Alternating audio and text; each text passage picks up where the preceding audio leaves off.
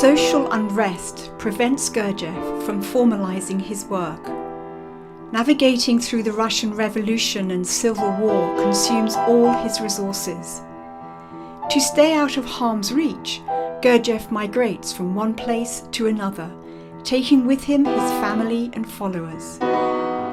In 1919, he makes the first attempt to establish a school in Tiflis, Georgia, under the title of Institute for the Harmonious Development of Man. To arouse local interest, a flyer is circulated with the following information. With the permission of the Minister for National Education, the Institute for the Harmonious Development of Man, based on George Ivanovich Gurdjieff's system, is being opened in Tiflis. The Institute accepts children and adults of both sexes. Study will take place morning and evening. The subjects of study are gymnastics of all kinds, rhythmical, medicinal and others, exercises for the development of will, memory, attention, hearing, thinking, emotion, instinct, and so on. To this was added that Gurdjieff's system was already functioning in Bombay, Alexandria, Kabul, New York, Chicago, Copenhagen, Stockholm, Moscow, and Yessentuki. At the end of the prospectus, in a list of specialist teachers of the Institute, I found my own name. Most of Gurdjieff's moves surprise his students, whether because he wants to surprise them deliberately, or whether because they don't see the reasoning behind his actions. In the case of the Institute, he hypes it up in a commercial tone that seems unwarranted to some. The ideas should speak for themselves. So here cracks begin to form between him and some of his followers, most notably Ouspensky, who will slowly distance himself till eventually completely parting from him and establishing independent groups in London. Gurdjieff was obviously obliged to give some sort of outward form to his work, having regard to outward conditions.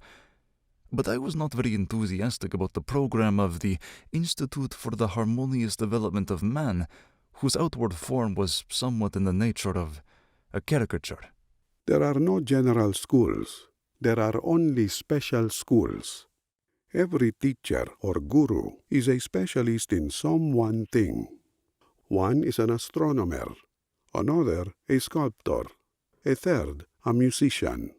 And all the pupils of each teacher must, first of all, study the subject in which he has specialized. One of Gurdjieff's specialities was sacred dance.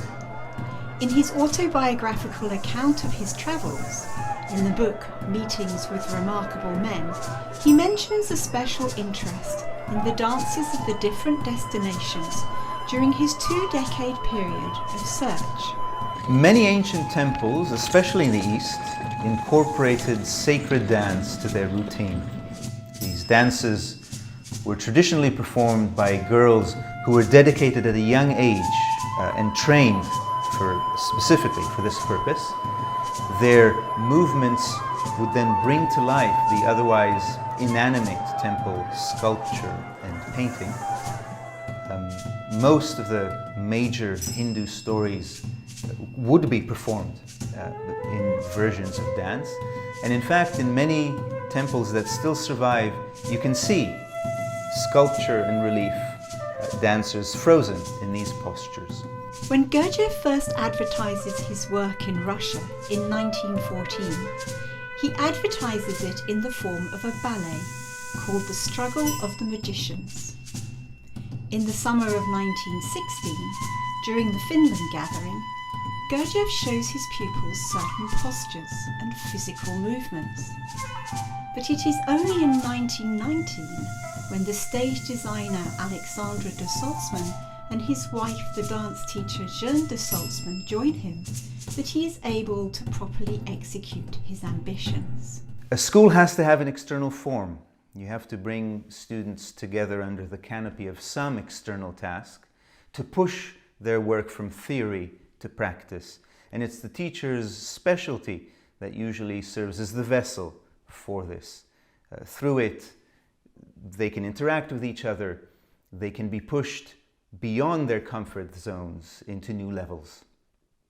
The method of the Institute is a subjective one.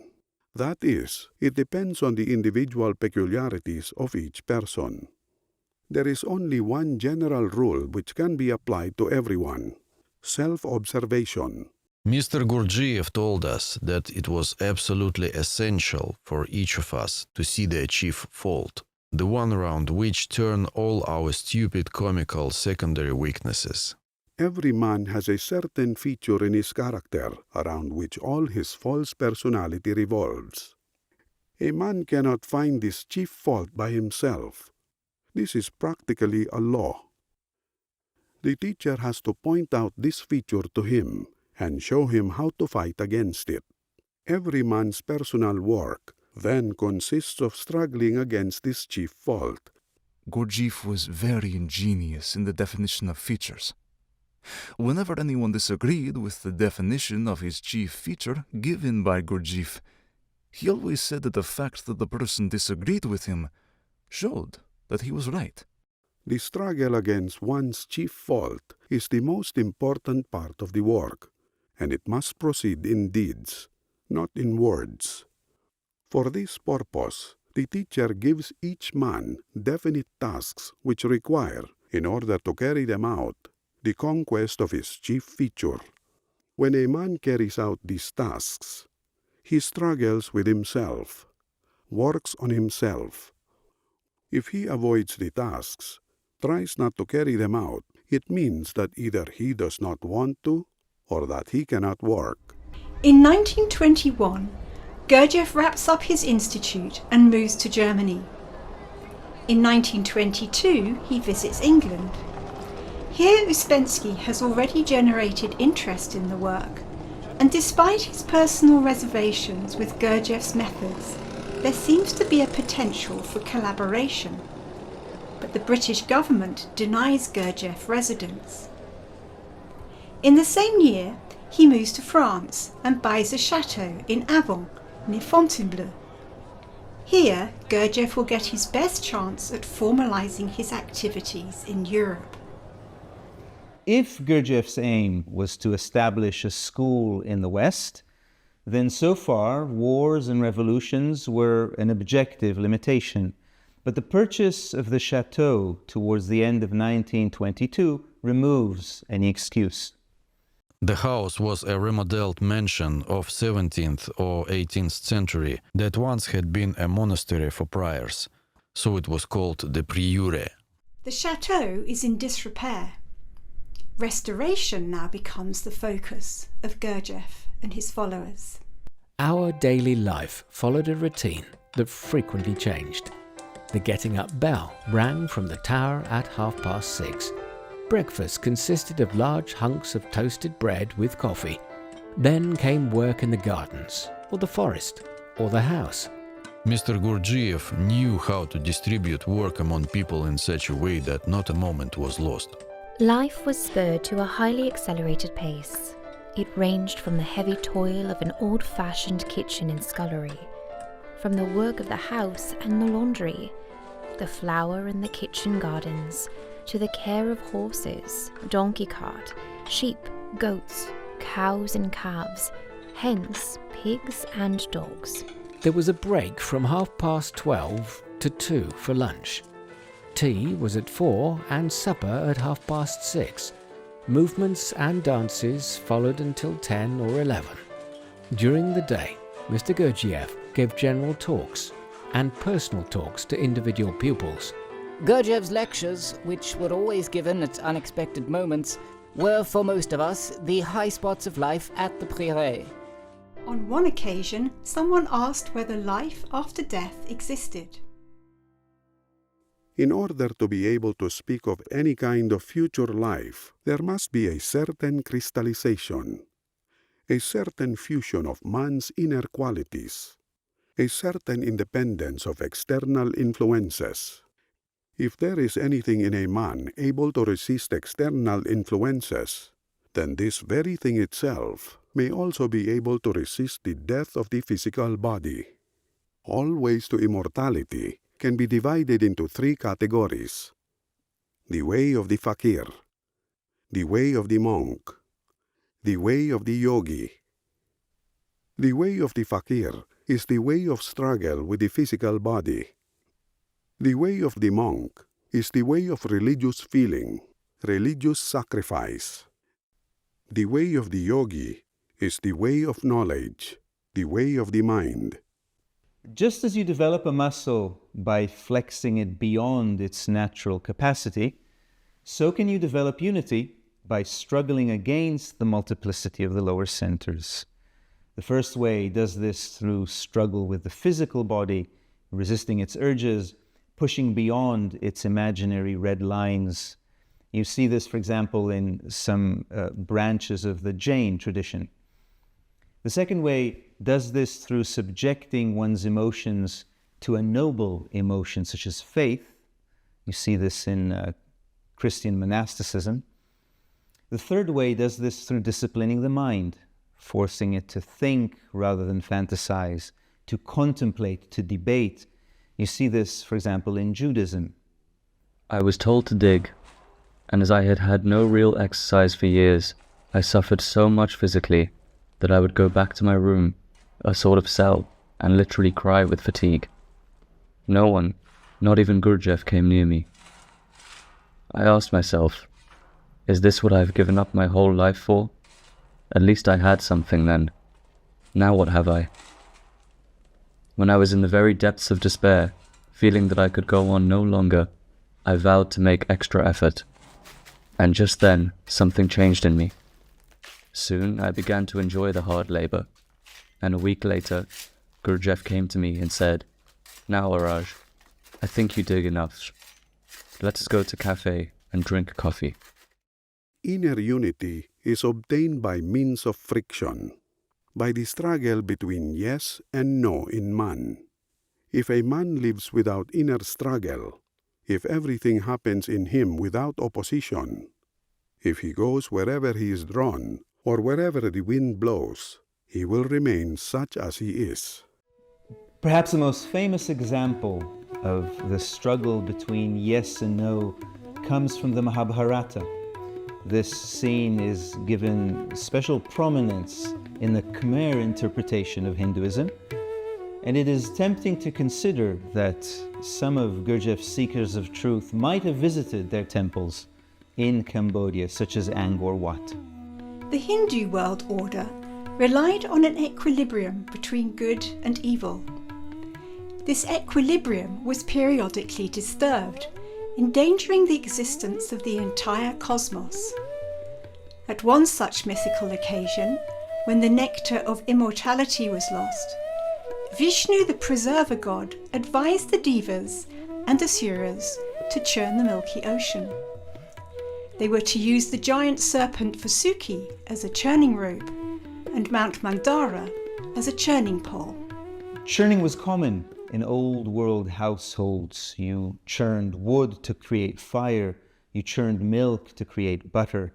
So the idea is rooted in nature, and by the same principle, you could achieve inner unity by pulling against your chief weakness to effect an internal churn or pressure. Every activity in the work showed clearly that the aim was never for outer results, but for the inner struggle. For example, Mr. Gurdjieff once sent everyone to prepare the earth for the kitchen garden, but later the garden was abandoned. If a struggle begins in man, and particularly if there is a definite line in this struggle, then, gradually, permanent traits begin to form themselves. He begins to crystallize. In such moments of superhuman effort, one has to restrain the inner revolt that results from physical fatigue. What helped me was to look at myself as if from the outside and laugh. On the receiving end, the Westerners are having a good time.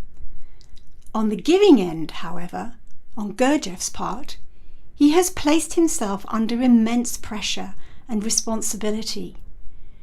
True to his own teaching, though, he embodies this inner struggle, going against comfort and ease and not sparing himself the slightest effort.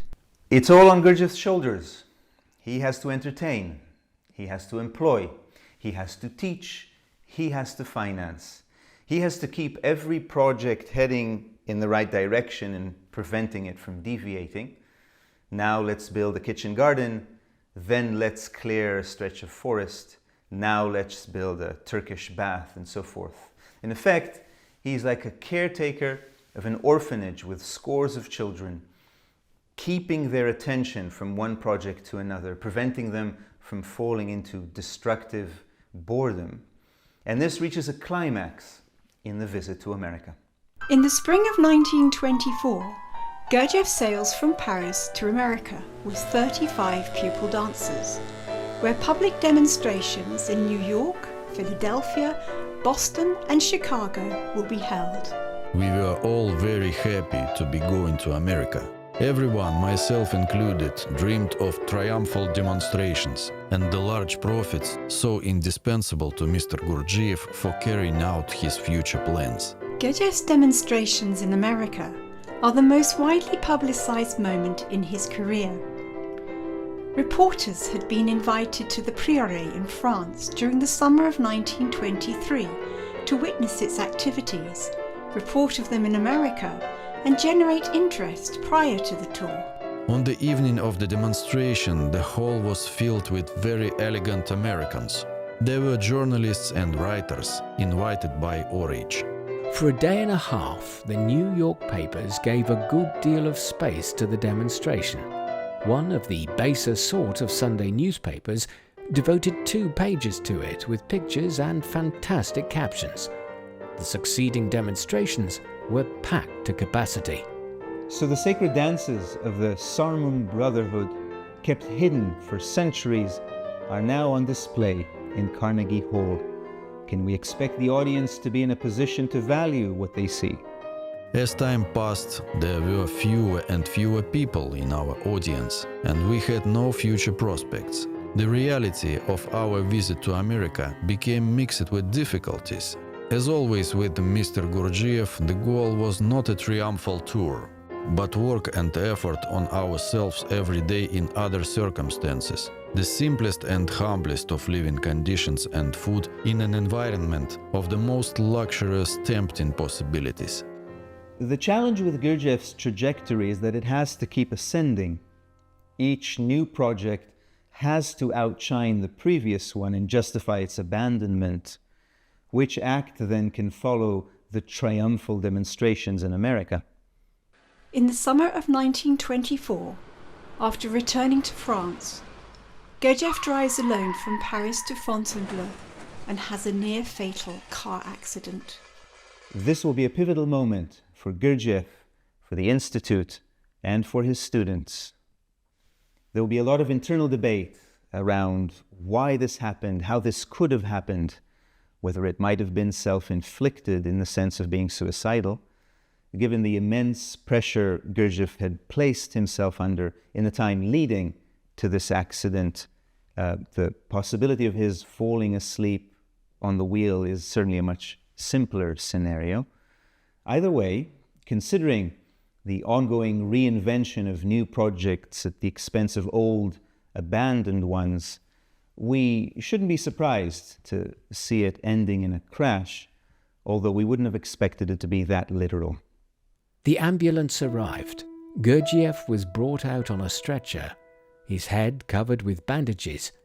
He was unconscious, but he murmured, "Many people, many people." He was carried upstairs to his room. During those first few nights, Mr. Gurdjieff lay motionless, completely quiet and without any signs of consciousness. It was not even possible for him to drink. We only wet his lips with a damp cloth. After the 3rd or 4th day, the doctor said that there was no danger to his life. Finally, on the 6th day, he opened his eyes.